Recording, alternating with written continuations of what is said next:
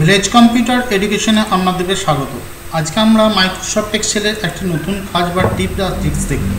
আমরা মাইক্রোসফট এক্সেলের প্রথমেই দেখুন একটা ছক তৈরি করে নিয়েছি। এই তালিকাতে দেখুন আমরা সিরিয়াল নাম্বার 1, 2, 3, 4, 5, 6 দিয়েছি, কিন্তু দেখুন এই যে এই গ্যাপগুলোতে দেখুন সিরিয়াল নাম্বার নেই, কিন্তু এখানে 1 লিখেছি অটোমেটিক, এখানে 2, এখানে 3 চলে এসেছে, এই দুটো ঘর ফাঁকা চলে গেছে, 4, 5, 6 অটোমেটিক হয়ে গেছে, আবার দুটো ঘর ফাঁকা গেছে, আবার 8, 9 অটোমেটিক হয়ে গেছে।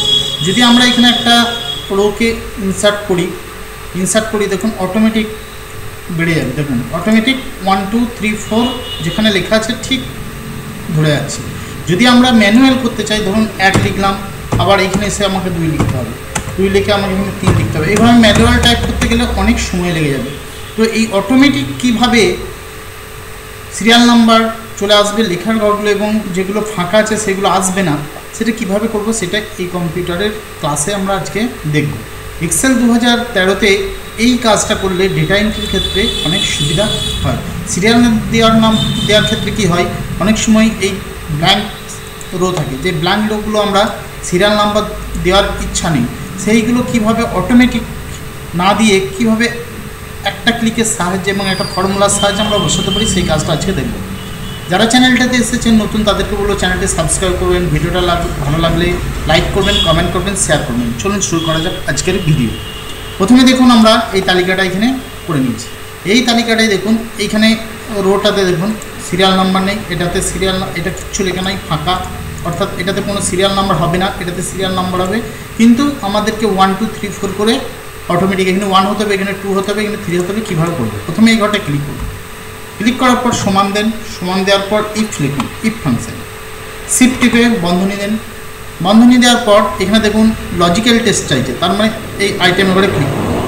আইটেমের ঘরে ক্লিক করার পর এখানে আমি সমান চিহ্ন দিলাম, সমান চিহ্ন দেওয়ার পর শিফট টিপে ডবল ইনভার্টেড কমা দিলাম, আবার শিফট টিপে ডবল ইনভার্টেড কমা দিলাম, নিয়ে সিঙ্গেল কমা দিলাম, আবার শিফট টিপে ডবল ইনভার্টেড কমা দিলাম, আবার শিফট টিপে ডবল ইনভার্টেড কমা দিলাম, এরপরে সিঙ্গেল কমা দিলাম। এরপরে একটা ফর্মুলা লিখব কাউন্ট এ, কাউন্টে লেখার পর শিফট টিপে বন্ধনী দেবো, বন্ধনী দেওয়ার পর আমরা যে আইটেমের যে সিরিয়াল ঘরটা আছে সেইটা লিখবো। এখানে দেখুন F হচ্ছে কলামটা আর 4 হচ্ছে রোটা, তাহলে আমরা এখানে লিখব F4। F4 লেখার পর শিফট টিপে অনুপাতের চিহ্ন দেবো, আবার লিখব F4। F4 লেখার পর দেখুন দুটো F4 আছে, এই F4 লেখার পর প্রথম F4টা মাউস দিয়ে সিলেক্ট করে নেবো, নিয়ে শুধুমাত্র F4 সুইচটা দাবাবো।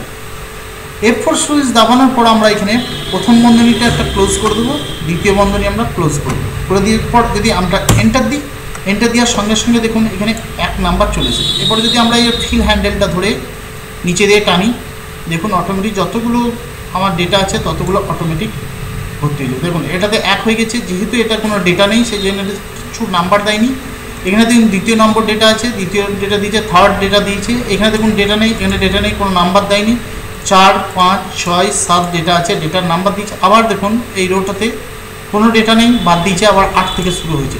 এইভাবে অটোমেটিকভাবে আমরা সিরিয়াল নাম্বার দিতে পারবো। তাহলে আরেকবার দেখে নিই, প্রথমে এই ঘরটায় ক্লিক করব, ক্লিক করার পর সমান দেবো, সমান দেওয়ার পর ইফ, শিফট টিপে বন্ধনী দেবো, বন্ধনী দেওয়ার পর আইটেমের ঘরে ক্লিক করব, ক্লিক করার পর সমান চিহ্ন দিয়ে, সমান চিহ্ন দেওয়ার পর আমরা লিখব ডবল, সমান দিলাম, সমান দেওয়ার পর আমরা শিফট টিপে ডবল ইনভার্টেড কমা দেবো, আর একবার শিফট টিপে ডবল ইনভার্টেড কমা দেবো এবং সিঙ্গেল কমা দেবো, আবার শিফট টিপে ডবল ইনভার্টেড কমা, আবার শিফট টিপে ডবল ইনভার্টেড কমা এবং সিঙ্গেল কমা।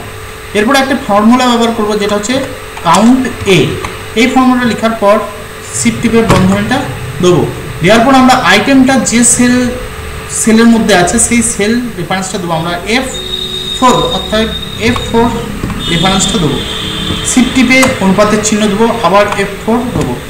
এরপর প্রথমে যে F4টা লিখেছি এটা সিলেক্ট করে নেবো মাউস দিয়ে, শুধু F4 কিবোর্ডের যে F4 সুইচটা আছে এটা দাবিয়ে দেবো, তাহলে দেখুন ওটা চেঞ্জ হয়ে গেল। এরপর আমরা বন্ধনীটা ক্লোজ করবো, একটা দুটো বন্ধনী ক্লোজ করবো, নিয়ে এন্টার দেবো। এন্টার দেওয়ার সঙ্গে সঙ্গে দেখুন আমাদের সিরিয়াল নাম্বার এখানে ডেটা আছে তাই এটা 1 দিয়ে দিল। এবার যদি এটা নিচে দিয়ে নামাই, যতগুলো ঘরে ডেটা থাকবে সেখানে অটোমেটিক সিরিয়াল নাম্বারগুলো চলে আসবে। দেখুন এখানে ডেটা আছে, এখানে 1 নম্বর সিরিয়াল, এটা ডেটা নেই, সিরিয়াল নাম্বার দেয়নি। 2 নম্বরে ডেটা আছে, 2 নম্বরে সিরিয়াল নাম্বার দিয়ে দিয়েছে, 3 নম্বরে ডেটা আছে, সিরিয়াল নাম্বার দিয়েছে। দেখুন 4-5 এখানে হওয়া দরকার ছিল, কিন্তু ডেটা নেই বলে এখানে সিরিয়াল নাম্বার দেয়নি, তাই ডেটা যেখানে আছে সেখানে সিরিয়াল নাম্বার দিয়েছে। যদি ভিডিওটা ভালো লাগে তবে অবশ্যই লাইক করবেন, কমেন্ট করবেন, শেয়ার করবেন এবং চ্যানেলে যারা নতুন এসেছেন চ্যানেলটিকে অবশ্যই সাবস্ক্রাইব করবেন। ভিডিওটা দেখার জন্য আপনাকে অনেক অনেক ধন্যবাদ।